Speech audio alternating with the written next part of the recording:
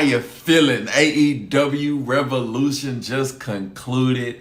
And if you were here during my live stream during the fact, I went, 8-1? I only got one wrong. And this pay-per-view, start to finish, was a great pay-per-view. My best three matches on the card. Matter of fact, let me not get into it. If you're new to the Unknown Empire, don't forget to drop a like, go ahead and hit that subscribe button, leave a comment. Everybody is welcome. All are welcome here. If you're not new, I appreciate you for stopping by. You're always great. AEW just put on a classic on it. How y'all day going? How y'all feeling? If you ate, I'm gonna take a couple seconds, to share it with everybody. Why not? Why not take the time to share it with the world? But how y'all day going? How y'all feeling? Cause this pay-per-view was great. It had some matches on there. It had some great matches. My favorite matches on the card had to be the Toni Storm match against Mariah May. I wanted to go in order. I'm gonna go in order. I'm gonna go in order.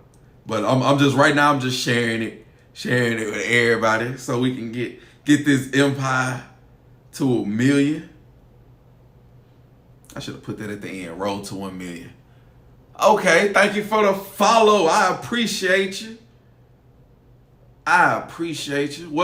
Welcome to the Unknown Empire.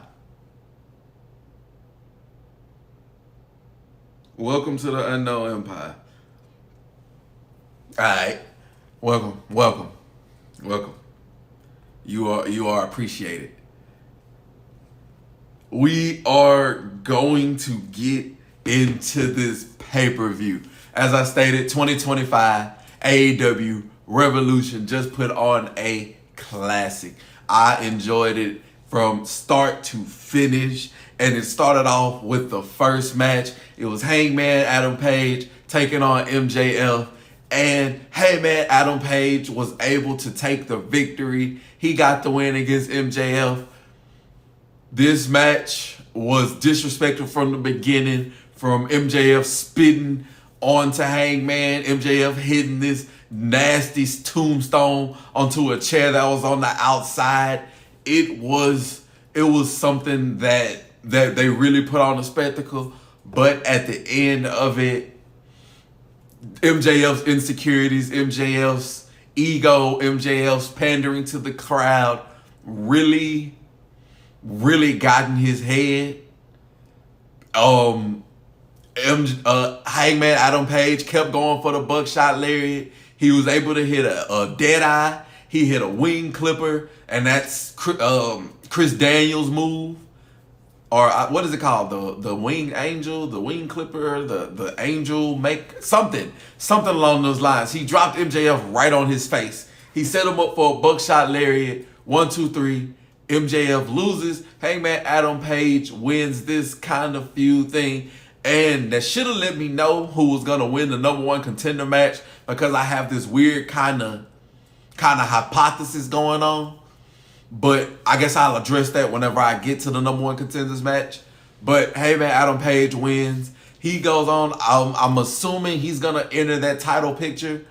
We don't know what's going to happen with MJF. I feel like he's going to go through some type of metamorphosis. Or I feel like he should most definitely go for that TNT title. While Adam Cole is going for it, that's going to solidify a rivalry and solidify something that we was not expecting. So that really goes with the feng shui, or goes with the flow of what AEW is going to do. But I honestly don't know what they're going to do with MJF at this point. He just lost to Hangman. He kind of had a mental breakdown in the ring. He got his AEW tattoo removed. He probably is going to say he's not done with Hangman, which is going to probably leak. I keep saying probably because I don't want to make it definite. But so I guess I'll say it like this. What's going to happen is MJF is going to tell Hangman more or less that he's not done with him. Those two are gonna sprinkle into the Swerve Death Riders thing. It might be this weird tandem, but we'll just go from there. The second match on the card was Mercedes Moné being Momo Kima. What was her name? I'm gonna look it up. Watambi. Momo Watambi. Yes. Mercedes Moné beat Momo Watambi for the TBS title, and she retains it. In no way, shape, form, or fashion did we think Mercedes Moné was gonna lose that title to Momo. But these two put on a nice match. It was a whole lot of meteors going around, a whole lot of heavy hitting. It was some points to where I thought that they kind of got stiff with a lot of their hits. I think that meteor that Mercedes Moné did to Momo on the ring apron was a little stiff. I think the kick that Momo did to Mercedes in the corner was a little hard. Gave her a nice little receipt. And Mercedes Moné hits the moneymaker. 1, 2, 3, she wins. I feel like that Mercedes Moné needs a real competitor. Like, she needs a real challenge for that title to give it jeopardy. Every match that she has been in for that TBS title, at least to me, hadn't had any sense of jeopardy since the Willow, but Willow was like one of her first feuds and she wasn't going to lose that title so early. She needs something. I have no idea. They had, what's her name? Billy Sky?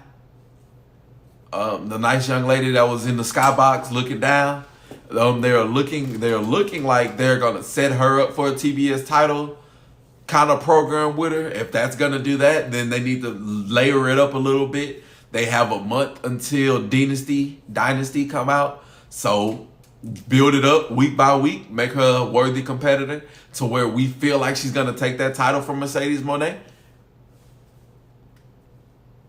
Put her in that position.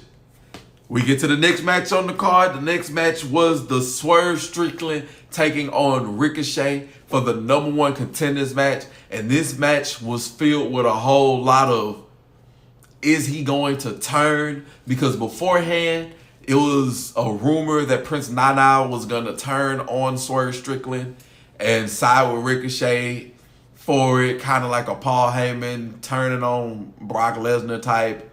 Or I guess siding with Brock Lesnar, depending on however you kind of want to look at it. The Paul Heyman turn.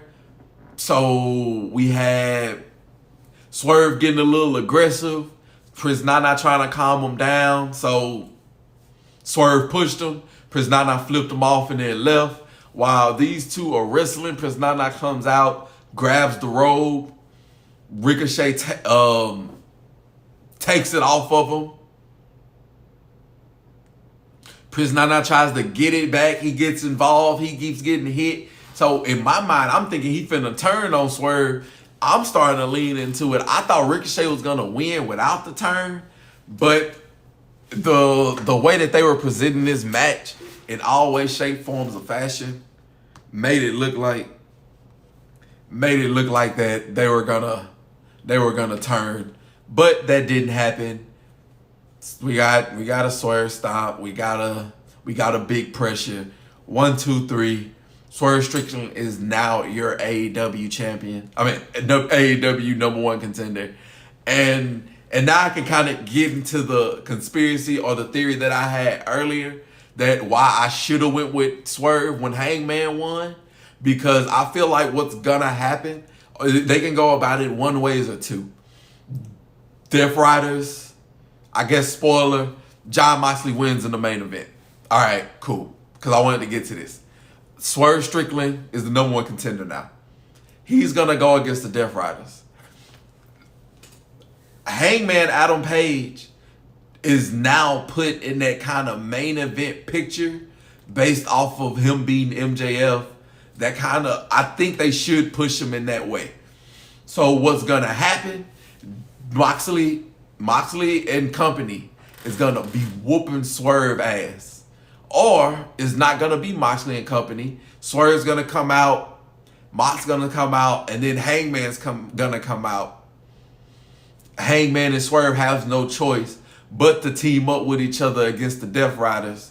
Or we can have it to where MJF comes out, because it is a trio of them. It is Claudio Castagnoli, Wheeler, and Pac, and Moxley. So it's a number of them. It makes a lot of sense.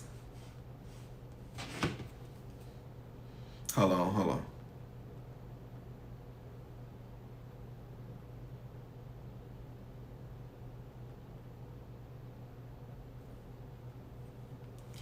All right. Then that's kind of my conspiracy, or where I think it's gonna go from that point. That's how I feel. Tony, go ahead and book it like that. I wouldn't even be mad at you. Next we get into Okada. He beat Brody King to retain his Continental Champion. I feel like Okada needs a big rivalry. He needs something to really sink his teeth into. He needs something to really, really give it jeopardy. He has kind of had a Mercedes Moné title reign. It's every fight that he's got into, you never really thought that he was going to lose it. So he needs to get into a program to where it's back and forth. He's against somebody who really wants to really has that type of energy, aura, that feel, the presentation, the push behind him that makes you feel like he's actually is a threat to take that Continental Championship from him. I don't know who that's gonna be. I don't know, because they're not really presenting a lot of people. I don't know. But I feel like that's gonna be something nice that they gonna do. Next, we get to the Hurt Syndicate retaining their titles against the Outrunners. During my live stream, a couple people wanted the Outrunners to win. I, for one, say we hurt people. We hurt people. We hurt people. We hurt people. Absolutely. We hurt people. The Hurt Syndicate, they did get the dub. They started off strong. The Outrunners started to get it. MVP was the biggest hype man on the side. He was just like, hey, y'all better than them. Y'all should be dominating. There's no way they should be standing toe-to-toe with y'all. The golden standard of excellence, Sheldon Benjamin and the almighty Bobby Lashley took that, and they dominated. We got 2 spears. We got the thrush kicks, and they retained their titles. Right now, they should go on a dominating spree. Just start throwing them tag teams. They're not in the position yet to where they've defended that title a couple of times against people who, like, they done had this. We didn't think the Outrunners was going to win. They should have a couple of other tag teams just thrown to them to build up the tag team division, to build up those tag team champions, the tag team belts, to give them a little bit more credence, give them a little bit more oomph behind them whenever you start talking about them tag team titles.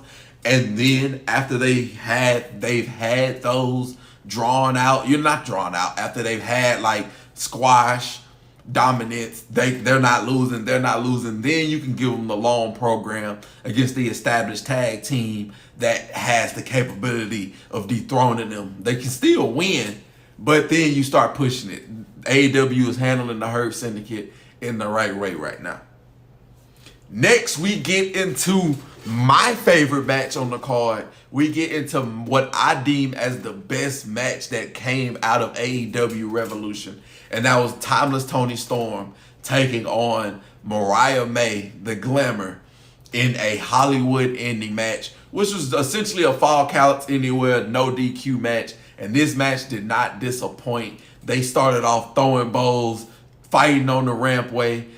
Luther got kicked in the balls and got spit in the face and drop kicked over a table by Mariah May. Mariah May got put through a table not 5 minutes into a match by Toni Storm. These two fought and was just going at it. And then I have to fast forward to the part where they got bloody. I have to fast forward to the part where they brought out glass. I have to fast forward to the part where they wrapped tape around their hands, put glass on it, and started punching each other. This match got brutal real fast. Before they got the glass out, Toni Storm was bleeding, like leaking, like crimson mass. Oh my goodness. This match was brutal. They had glass.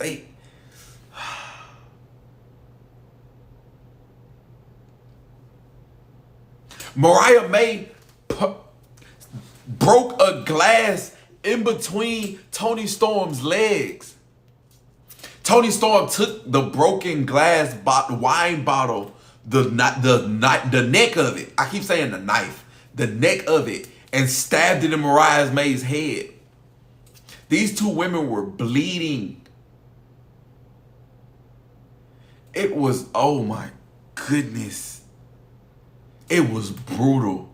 I was like, if you were squeamish, you might want to look away.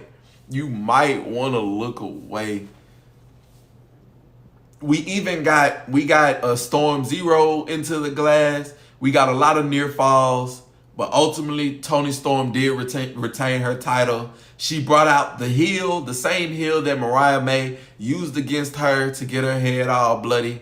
And then we got a Storm Zero through a table. 1, 2, 3. Mariah May, Toni Storm, Hollywood ending. Left bloody, bladdered, and bruised on that entranceway. I can't wait for that picture. That was beautiful. That was great. And it was something to watch. If you have time to go back and watch that match, if you're not squeamish, go watch it.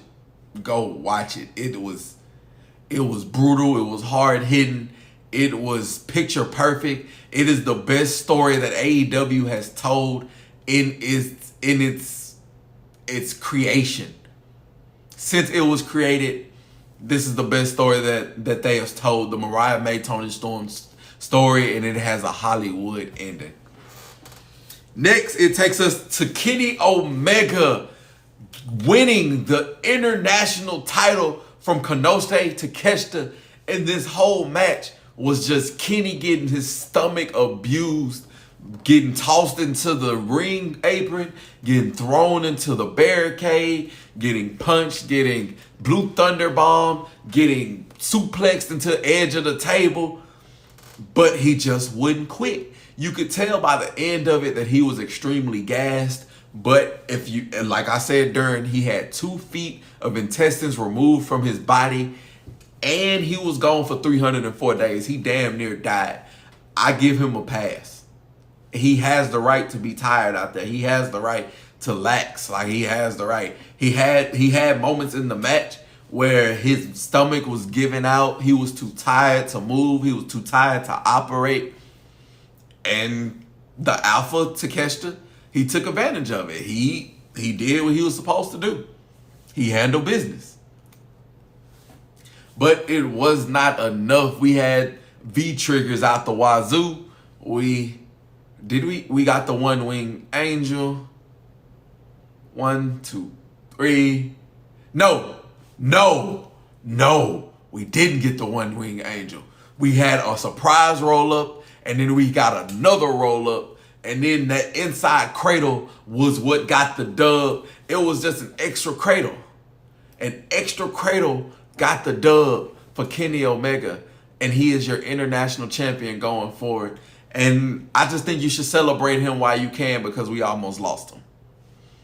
I'm not even going to sit here and try to speculate what's next. I'm not really worried about that right now. We just have to embrace and enjoy that Kenny Omega is a champion in AEW again, and he's going to take that title and prosper. He might enter a program with Kazuchika Okada. Them two might combine the 2 titles. They might combine the TNT title. I have no idea. But they need to do something. They don't need to do nothing with Kenny right now. He won the title. Give him some time to rest. I know he don't want to rest the competitor that he is. And a fun side note, I said this during my live stream, I'm going to say it here. Kenny Omega is what got me into expanding my wrestling palette. I'll say a while ago, Kenny Omega, his moveset, his presentation, I don't know what made me kind of stumble up on Kenny Omega, but something made me stumble up on Kenny Omega. And ever since then, I have been branching out with my wrestling. I was already watching like TNA and WWE, but with Kenny Omega, I was able to broaden my horizon, go to New Japan, figure about CMLL and Stardom, and figure out about new people before they branched out and made AEW or before they come to WWE or TNA. And Kenny Omega was for that. And with that, Kenny Omega will always be within my top 5 of wrestlers because he opened me up, no Diddy, to another world of wrestling that I wasn't privy to. So he's always thankful. I'm always thankful for that. Next, we had the steel cage match between Kyle Fletcher and William Ospreay, and my reaction to it isn't gonna do it justice. It's not. Both of these men were bleeding. They brought out Mark Davis got involved. They brought out the screwdriver. They had tacks. Kyle Fletcher went into the tacks. He got style clashed into the tacks, like meat first. Wow, like it was crazy. They started off standing on top of the cage, and if you don't know about AEW cage match rules, it's kind of like you can't escape. You have to win inside of it, which makes it like an actual steel cage. So it was a great match. One second.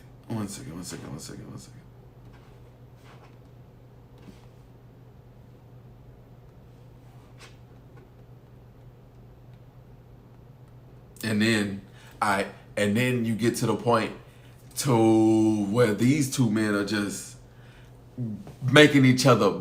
It's crazy what these two are going through. It took a nice little story at first. Will Ospreay had to adjust his moveset a little bit because it was his first time being inside the steel cage. It was a little bit more condensed. He couldn't high fly like he was, but he got adjusted to it. Mark Davis came out there.